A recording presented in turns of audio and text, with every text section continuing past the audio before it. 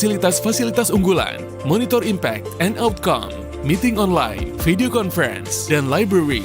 RRI Digital menghadirkan fitur-fitur untuk peningkatan interaksi, partisipasi, kolaborasi, workspace, dan learning. Segera download RRI Digital.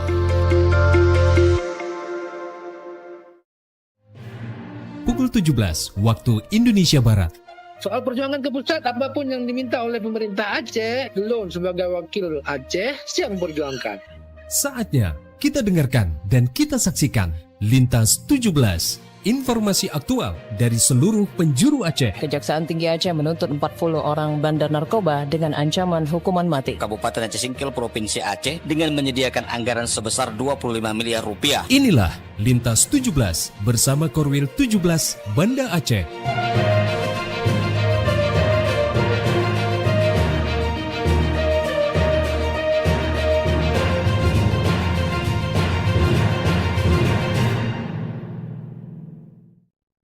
Assalamualaikum warahmatullahi wabarakatuh. Dari Jalan Sultan Iskandar Muda nomor 13 Banda Aceh. Saya Khaira bersama RRI Sekorwil Nusantara 17 Banda Aceh, Melabuh, Takengon, Sabang, Singkil, dan Luxmawe mengantarkan Lintas 17 siaran berita berjaringan menyajikan informasi aktual yang terjadi di berbagai penjuru Aceh. Edisi hari ini Rabu 12 Agustus 2026.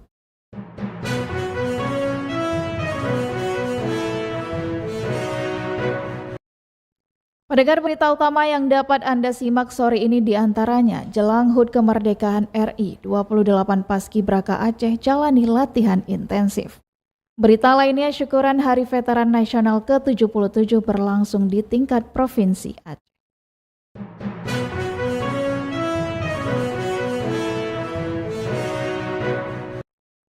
Siaran berita berjaringan ini dapat juga Anda akses melalui RRI Digital serta turut disiarkan Radio Muna FM Subulu Salam, Merdu FM Pidijaya, Radio Sapa FM, Suara Bujang Salim Loksmawe, Radio Asalam Uin Araniri Darussalam Banda Aceh, Radio Suara Sabang, Radio Mutiara FM PD, Radio Cempala Kuneng Aceh Timur, Radio Suluh Tamiang, serta di relay RRI Radio Rimba Raya.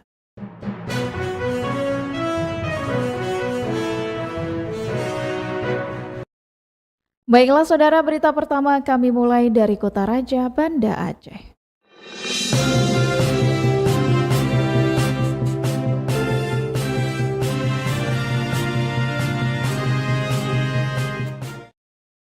Jelang HUT Kemerdekaan RI 28 Paskibraka Aceh jalani latihan intensif. Selengkapnya dilaporkan Cindy Novita.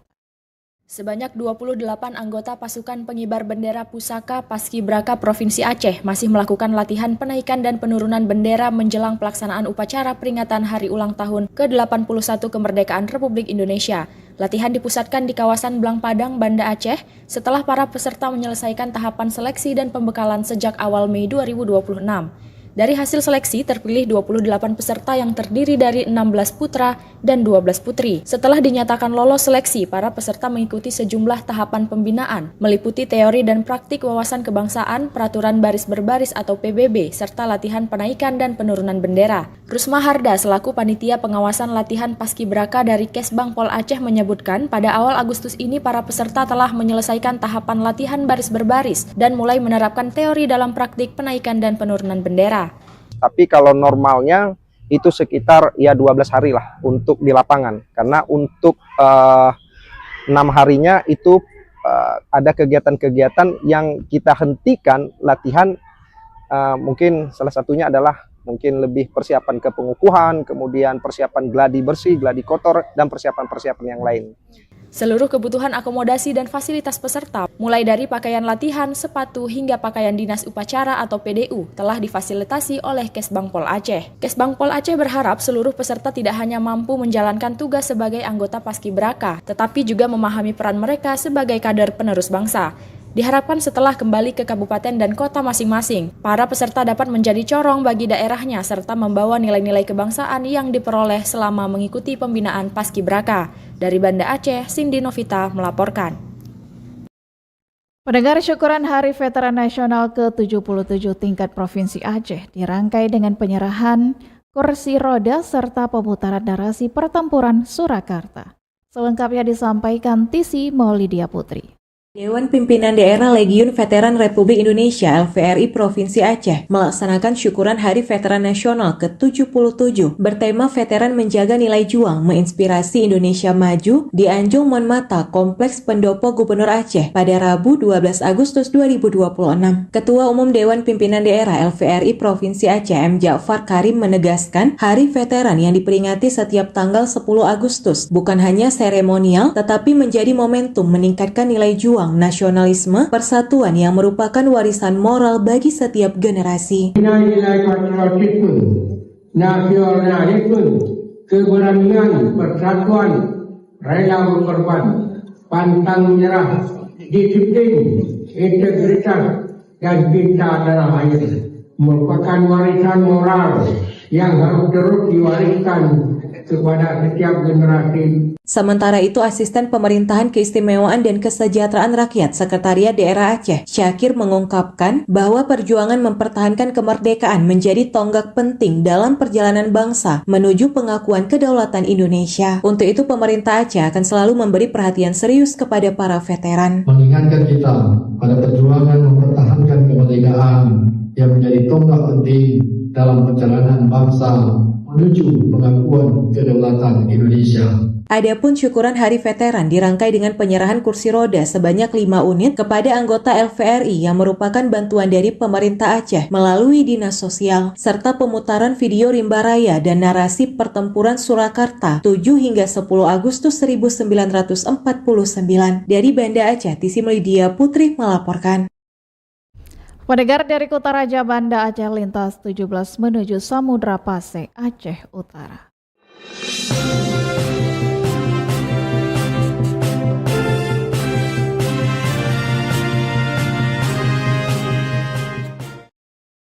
Makna kemerdekaan bagi generasi muda saat ini tidak hanya diwujudkan melalui kegiatan seremonial, tetapi juga dengan menunjukkan kreativitas dan semangat positif dalam kehidupan sehari-hari. Informasi selengkapnya dilaporkan Maimun Akbar. Makna kemerdekaan bagi generasi muda saat ini tidak hanya mewujudkan melalui kegiatan seremonial, tetapi juga dengan menunjukkan kreativitas dan semangat positif dalam kehidupan sehari-hari.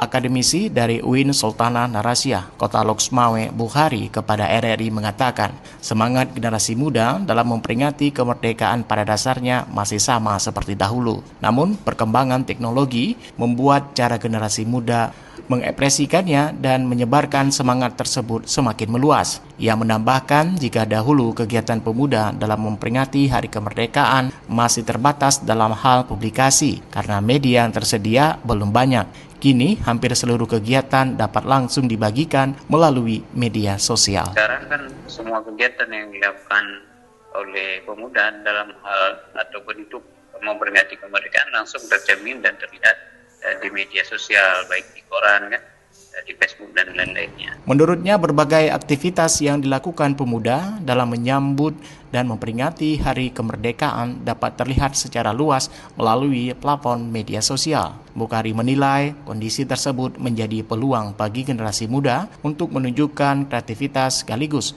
mengajak masyarakat, khususnya anak muda, untuk ikut mengisi kemerdekaan dengan kegiatan yang positif. Ia berharap media sosial dapat dimanfaatkan generasi muda untuk menyebarkan semangat persatuan, memperkuat kepedulian sosial, serta menghasilkan berbagai karya yang bermanfaat bagi masyarakat dan bangsa. Maimun Akbar melaporkan. Anda sedang mendengarkan Lintas 17 dari Korwil 17 Banda Aceh.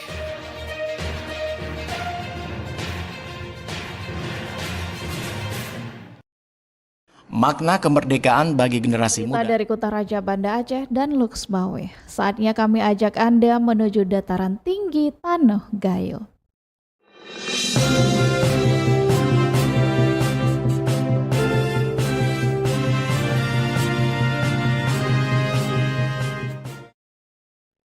Pendengar, relawan Nusantara dan sahabat Bardan Sahidi salurkan 200 selimut serta bantuan tunai untuk penyintas kebakaran pada 2 lokasi di Kabupaten Aceh Tengah. Laporan Fitra Jayadi.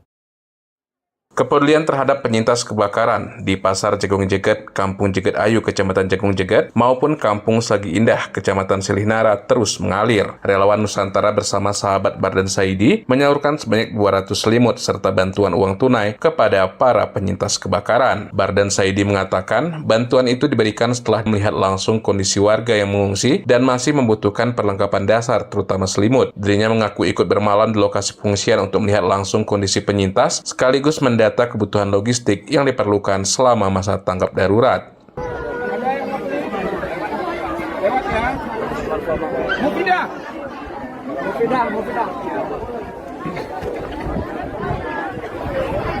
Muhammad Yusuf Ikara Yoga. Sementara itu, relawan Nusantara yang diinisiasi Munawar mengatakan bantuan yang disalurkan tersebut telah diterima oleh 108 kepala keluarga KK yang terdampak kebakaran. Bantuan selimut dan uang tunai ini diharapkan dapat membantu memenuhi kebutuhan dasar warga, khususnya mereka yang masih bertahan di tenda pengungsian setelah kehilangan tempat tinggal dan harta benda akibat kebakaran. Pitra Jayadi, RRI Takengon, melaporkan. Pendengar, meriahkan HUT RI tahun 2026, Rutan Takengon menggelar sejumlah lomba antar WBP dan pegawai. Laporan Sanusi. Musibah kebakaran pemukiman di Kampung Jagung Jeget, Kabupaten Aceh Tengah pada 9 Agustus 2026 lalu mengundang kepedulian berbagai pihak, termasuk Badan Pengawas Pemilihan Umum atau Bawaslu Kabupaten Bener Meriah. Ketua Bawaslu Kabupaten Bener Meriah Yusrijal Faini didampingi Koordinator Sekretariat Akmal serta sejumlah pegawai sekretariat menyerahkan bantuan berupa paket sembako dan pakaian layak pakai kepada perwakilan korban di lokasi kejadian. Yusrijal mengatakan bantuan tersebut merupakan bentuk kepedulian dan solidaritas jajaran Bawaslu Bener Meriah terhadap warga yang tertimpa musibah. Sementara itu, Koordinator Sekretariat Bawaslu Bener Meriah Akmal menjelaskan bantuan tersebut diinisiasi jajaran sekretariat melalui penggalangan dana internal pegawai serta bantuan sukarela dari keluarga besar Bawaslu Kabupaten Bener Meriah. Alfi Sahrin, RRI Takengon, melaporkan. Pendengar, dari Takengon lintas 17 bergerak menuju 0 km Indonesia, Sabang.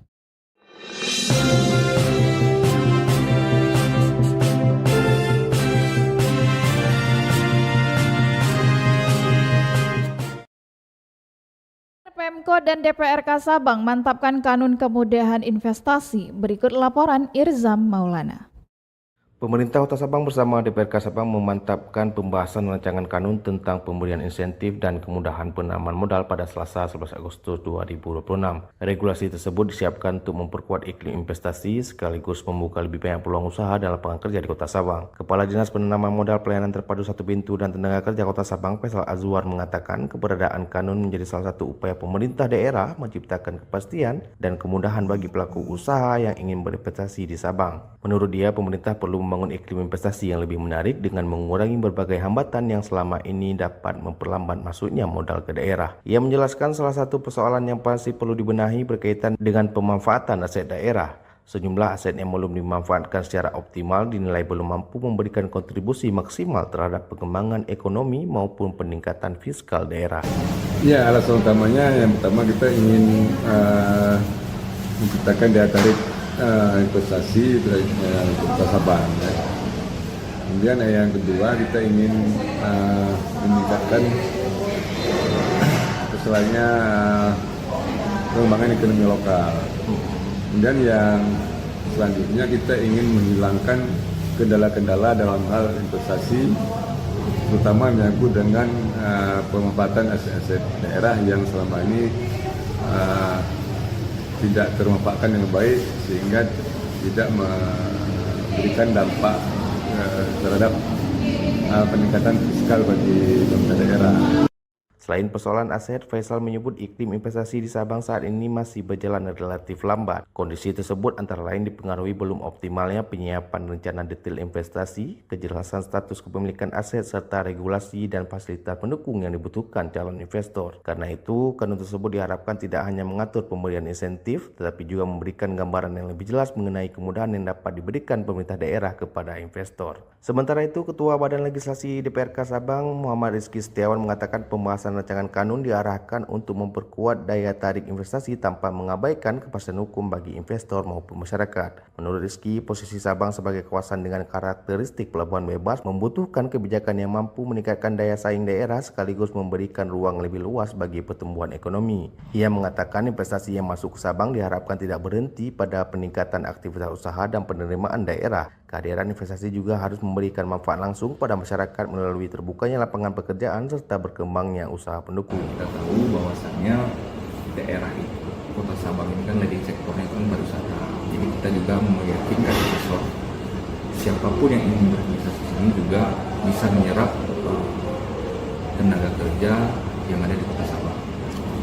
DPRK Sabang juga memberikan perhatian terhadap pelaku usaha mikro dan usaha lokal di Kota Sabang. Pertumbuhan investasi dinilai perlu berjalan beriringan dengan peningkatan kapasitas dan daya saing pelaku usaha masyarakat sehingga mereka tidak hanya menjadi penonton ketika aktivitas investasi berkembang. Dengan demikian, pemberian insentif dan kemudahan investasi diharapkan mampu menciptakan ekosistem usaha yang saling menguatkan antara investor, pemerintah daerah, dan pelaku usaha lokal. Pemerintah Kota Sabang dan DPRK menargetkan rancangan kanun tentang pemberian insentif dan kemudahan penanaman modal dapat diselesaikan dan ditetapkan pada tahun 2026. Demikian Nizam Maulana melaporkan.